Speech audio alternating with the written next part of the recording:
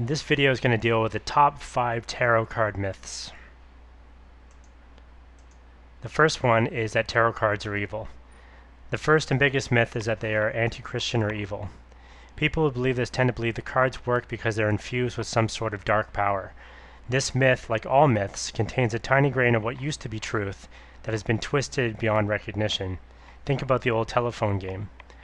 In reality, it was a Christian church that, in the Middle Ages, stamped out paganism, its chief competitor, by demonizing it and all things associated with it. People were told that their old horned fertility god, think of Pan, was the most evil being in all of creation, and that, at that moment, the devil was invented. Christianity is certainly anti-pagan, and that to that extent the tarot cards are perceived as pagan. Many Christians feel compelled to condemn or ostracize tarot cards and tarot card readers without really understanding why. Tarot card readers, on the other hand, have no such beef with Christianity. Most of us don't consider tarot to be an element of our religion in the first place, though we may consider it of spiritual value and can't understand what all of the drama is about. Some conclusions often arise due to the inclusion of a death card and a devil card, two hot-button items that were seen through a religious lens. For now, it is enough to note that the tarot interpretations of these symbols are not the interpretations that many people are used to.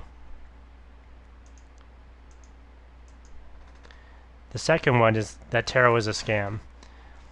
Another powerful myth is that tarot is some kind of shifty scam, a three-card Monty of sorts that, by definition, is a con game designed to use fraud to get people's money.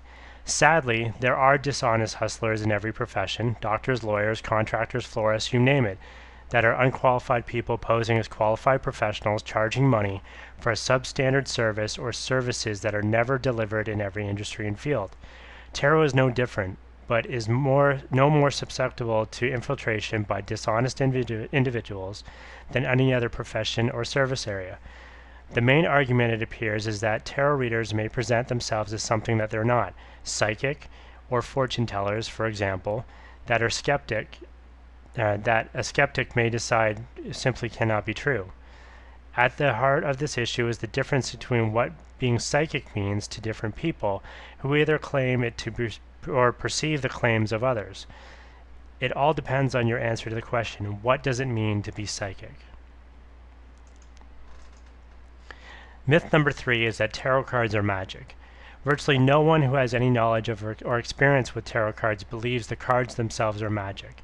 There is a superstition out there that no one should touch your cards except for yourself, and naturally collectors who spend hundreds of dollars on individual decks are going to hesitate before allowing anyone to handle them, especially since people are inclined to begin shuffling cards once they're holding them. Some people believe that the items can pick up and retain energy from different people or situations, and this applies to their tarot decks as much as anything else. In my experience, most people who harbor any true anxiety about others touching their cards are new to the idea of tarot and haven't studied the cards or taken the time to understand what tarot is really all about. The example of a person who knows nothing about cars kicking the tires on the showroom floor comes to mind. Tarot cards aren't magic. They are cardboard. Myth number 4. Tarot readers are witches. The truth is, some are. I've been surprised, however, by how many people still think that witches have some sort of religious connection to Satan. That isn't true either. Regardless, there is no official religion affiliation for tarot.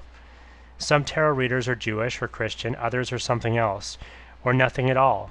In fact, there are many tarot decks out there that are geared towards one religion or another, combining the symbolism and images of a particular religious tradition with the traditional meanings of tarot to create something that illuminates both traditions.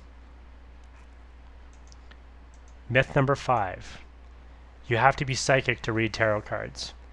Absolutely not. Anyone can read tarot cards. It's just a matter of memorizing some basic meanings and getting used to the different cards in the deck. Of course, some of us believe that everyone is psychic, but to examine such a notion, we would have to decide what it actually means to be psychic. Suffice it to say, for now, that for some people, tarot feels as though it serves as a psychic tool. In conclusion, we can understand what tarot cards are much better if we first understand what they are and what they're not. They are neither evil nor a scam. They are not magic in and of themselves, and you do not have to be a witch or a card-carrying psychic to read them. If we can establish that much, we are free to examine the beauty and power of this amazing tool.